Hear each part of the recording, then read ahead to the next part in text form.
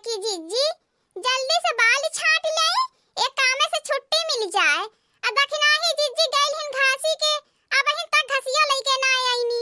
हम यह सोचत रहली है लाए होतिन तो यही लागे वो गठरिया घसिया बाल के छुट्टी मिल गइल होत। और अम्मा बाजारे गइल हैं, पियाजी के बेहन आना है त कहानी सजवा तक पियाजिया बैठ जाई। कहो बड़की जीजी अलुआ तब हिन खोदाबे नाई कयल त पियाजिया कहां बैठाई जाई। इहा त हमहु सोचत हई आलू अब हिन खोदाबे नाई कयल आ तब तक बूढ़ा छहाइल बाजारे पहुंच गईनी। पियाजी के बेहन आना देखी ल बूढ़ा कहां बैठावैनी। आ जब खेतवा नाई खाली है त पियाजिया के बेहनिया लाई के का करिए बूढ़ा। हम घसिया काटत रहली त अम्मा कहानी है जाए के बड़की से ललकी से कह दिए कुल आलू खोद के दोनों मिली बिनी हरी है। आलू बिनले के बाद खूब निक्का ढेला फोड़ के पसार के कियारी बनाए धरी है। क्या इहो गठरा पटक देते है यही लागे यहू के बालिया बड़की जीजी। बुढ़िया तो एकदम सठियाई गईली है बुढ़ौतिया में। बतावा ले इतना जोर का घाम निकलला है दोपहरिया होई गईल, यही दोपहरिया में पठवथे आलू खोदे बिनई के। सबके पियाज बैठ गईली है। अब बुढ़िया जब से देखला एकरे जैसे हेंगा घूमल है हवारी चाप लहला बुढ़िया के। अरे अजवे ना पियाज बैठाई ले जैसे लागत है फिर पियाजिया नहीं बैठी। तब का दांत दे आइला बुढ़ानचिया। हां बड़की जीजी तू ठीक कहती हऊ। अरे सबका का दांत देत हेन बुढ़ानचो। सब तो पहले आलू खोद लहला बढ़िया से ढेला ढाला फोड़ के पस्तार हेंगाए कियारी बनाए लहले तब सब बेहन गयल बाजारे आने। बुढ़ानचो अब हिन आलूआ नहीं खोदनी इनके ये हवारी चपले रहल तब तक बेहन आने बाजारे चल गईनी। सबके देख के देखा आवई बुढ़ानचो अब्बे जब ही खेते में आलू खोदे चलिए तब जाब ई जान ली है बूढ़ा। हां बड़की जीजी अम्मा हमसे इहो कहत रहनी है कि अगर कुदारी से ना खोद पाया तो ट्रैक्टर से जोतवाई के बिन लीहा। बुढ़ानचो के काओ है ओन्ने खाली मुंह डोलावई के है करे के त हमारे सब के है चाहे घाम लागे चाहे बतास लागे। बूढ़ा ते अब्बे हाथ गोड़ जोड़ के घरे बैठी है मचक्का पे पसारी के। हां बड़की जीजी देखत त हाउ जैसे जेठ बैसाख त पता है छहवा रहे ठंडा लागत है आ घमवा गईले घाम लागत है। आ जानती हाउ कहीं सर्द गरम पकड़ ले त तबीयत खराब हो जाई। यह बूढ़ ठेगनी काओ बूढ़ ठेगनी से एक जगह अब्बे पसारी खाली हई कहदा हाउ कहदा हम नहीं के करे जा खाई। आयदा बड़की जीजी घर होते एक मनाई के रहे के चाही गोरु चौवन के कोयर पानी खियावे पियावे के। अब बूढ़ा घरे रहिए त अपन खियाइबे पियाइबे करी है। अरे हम त सोचली कि यहने बाल छाट गोरु चौवन के खियाए पियाए जाए के आलू खोद के बीनती हुई है। यहने त भातारा काटिन या बहिन बाली छाटी नाए भईनी त कब गोरु चौवन के खियाई है त कब खेते में चली के आलू खोद के बीनी है त कब पियाज बैठी घरे दुआरे नहीं रहा त यहने भाता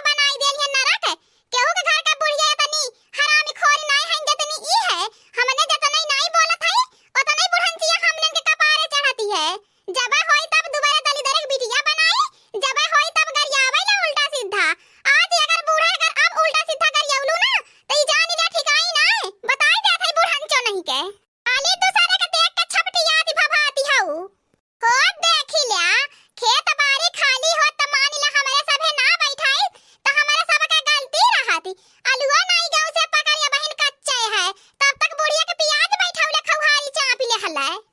चल बुढ़ानचिया चल, चल टकटरे से कुली आलू जतवाई दे, हमने बीन लेई आ खेते भर प्याज बैठाई दे। ढेर तरह खौहारी चपले है, आलू कच्चा रहे चाहे पक्का रहे, चाहे सरे चाहे गुने, हमने के नहीं जिम्मेदारी रही। अगर बुढ़ानचर आलू सरल हमने के गरियौलो तो फिर ठिकाई ना बताई देत हई। चला यही लागे जतवावा, चला यही लागे, अब खड़ी जिनी रहा बुढ़ानचो नहीं के। अरे ये भतरा काटिन आलूआ के गौवा झुराई गयल, आलूआ बहिर पकबे नाई गयल ले। अरे भतार काटिउ लगन कहिया खेतवा में झाके जाइलू। सथवा के आलू बोवल दुनिया खोद के प्याज बैठाए भइल, आया का पानी सींच भइल। हम्मे आइल हन बुद्धू बनावे हेलवाइन के बिटिया लगन। चला भतार काटिउ लगन चुपचाप आलू बीन ले, प्याज बैठाए ले, फिर आई के यही दारक माई लगन घरे दिन रात बैठ के घर रखावत जा। जवन ढेर तोहरे लगन के घाम बतास लागत है, और नाए मनई हैन जवन जाए के दर दोपहरिया में आलू खोद खोद बीन बीन प्याज बैठाए बैठाए छुट्टी पाई गई ने। अरे भतार काटिउ लगन तोहरा सभे आलूआ खोदे होतु त हमहु प्याजिया बैठाए के छुट्टी पाई गेल होइत। तोहरा सभे छुट्टी पाई गेली होतु, लेकिन भतार काटिउ लगन घर छोड़ के खेत में ना जाए कहा तहन तीनों जन है। देखा भतार काटिउ लगन आलूआ कच्चा है, ढेर हमारे आंखें में धूरी झोंकइलू। अरे अम्मा एक हफ्ता पहले आए लहली तो देखली है कि गौवा एकदम पूरा हरियर रहल, तो हम ये सोचत है अभी नाय भयल है तो आलूआ कच्चा खोद ले तो सर जाई, एही के नाते नहीं खोदत रहली। क्या पियाजी के बेहन धई के जात हई हम घरे गोरू चंगवन के खियाइब। अब आलू बीनी लिहा बढ़िया से पस्ताई हैंगाए कियारी बनाए ढारिया, ओकरे बाद प्याज बैठाई के सांझी तक के घरे आया भतार काटिउ लगन। अगर आज प्याज ना बैठल तो हमसे पूरा केहू नाय होई बताई देत हई। आहे बूढ़ा त का करे पूरा खेतवा जतवाए ढारिउ, आलूआ बीनत बीनत अन्हार होई जाई त प्याजिया कब बैठाइब। एकदम मारे हउ नाक में दम कई के धई देली हउ, तहरे नहीं लौकत है साझी होवे वाली है तो पूरा मारे खेत पलटाई के धई दीहु।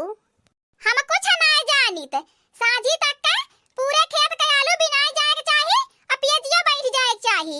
प्याज बिना बैठाए अगर आइलो घरे तीन के तीनों जनी तो हमसे पूरा केहू नाय होई, हम बताई देत हई। का हो बूढ़ा एकदम कोप करे हउ, प्याजिया बैठावे भर के आलूआ खोद के बीनी उठल होत त प्याजिया बैठ गइल होत त आलूआ बिहान नाय खोदायल बिनायल होत, एकदम मारे हउ नाक में दम कई के धई देली हउ। आलूआ जैसे खेतवा में से भाग जाता है, बिहान नाय खोदायल बिनायल होत। हम घरे जाता हई गोरू चंगवन के खियावे, अब तहन लगन के कुछ कहा बनाए चाहे प्याज बैठावा आ चाहे लाई बुताई के आवा। अब तो हम घरे जाता हई, तहन लगन के जवन मन का है तवन करा, जब अपने अपने मन का होई गइली हउ। देखलू बड़की जीजी, अरे ई बूढ़ी ठेगनी बड़ी हरामी है। बतावा ले पूरा खेतवा भर के आलूआ जतवाए देहला टकटरे से, अक्का दिन में बिन मिली कुल, ऊपर से कहला पियजिया बैठाई के तब घरे आया। एकरे तनको लाज डर नहीं लागत है बुढ़िया के। अब हम कावा कही रे दखी नहिया, जब बुढ़िया के वतना अकेली गए है ओकर खपड़िया जाई सुलुक गईली है, ओकरे अकेली में आग लग गईली है। हम तो यह सोचत रहली पियजिया बैठावे भर के आलूआ खोद के बीनी उठल होत आ पियजिया बैठ गईली होत त बिहान आलूआ खोद गेल होत, परसों आलूआ खोद गेल होत। लेकिन ई बुढ़नचिया अपने मन करैले एके करैत रहत ना खाली अरवावही के रहाला। हां बड़की जीजी देखत त हउ खांची भर के बेहन धई के बुढ़िया आ घरे भाग गइल, कहत है गोरू चंगवन के जात हई लहना पताई खियाइब। हम्मे नहीं लागत है कि वहने के कोयर पानी करी बुढ़िया, जाई के अनके घरे बैठ के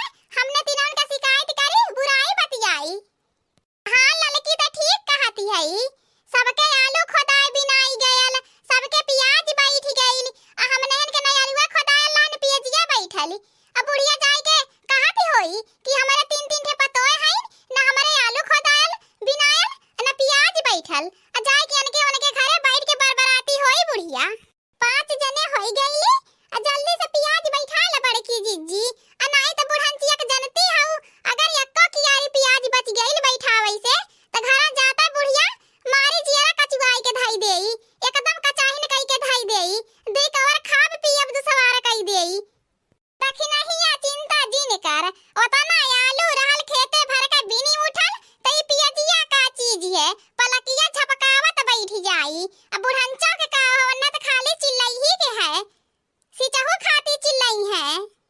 हां बड़की जिज्जी तो ठीक कहती हऊ। देखा या दुनिया पियजिया बैठ जाई सुबेरा में होत बुढ़ंचिया सिचहु खाती एकदम करजवा खाई के धाई देई। जब तक हमने नहीं आई के सींचब तब तक बुढ़िया चिल्लाई करी। जाए दे तू भौजी छोड़ा माई के बात। माई तो चिल्लाबे करैले हमके इतना मना करी ना कि भौजी कुल घर का कमवा करैनी जिन भौजिन के बोलल कर। लेकिन माई के आदतिये खराब है त का करी हमहु के त गइयावेले त एको नतरी नहीं छोड़ती। हां दोस्तों हमारा कार्टून कॉमेडी वीडियो आप लोगों को कैसा लगा? अच्छा लगा हो तो हमारे चैनल को सब्सक्राइब कर दीजिए। हमारे चैनल का नाम अवधपुरी कार्टून है। और हाँ दोस्तों आप लोग कैसी कार्टून कॉमेडी वीडियो देखना ज्यादा पसंद करते हैं कमेंट करके जरूर बताएं। और हाँ दोस्तों हमारा कार्टून कॉमेडी वीडियो देखने के लिए आप सभी प्रिय दर्शकों को बहुत बहुत धन्यवाद।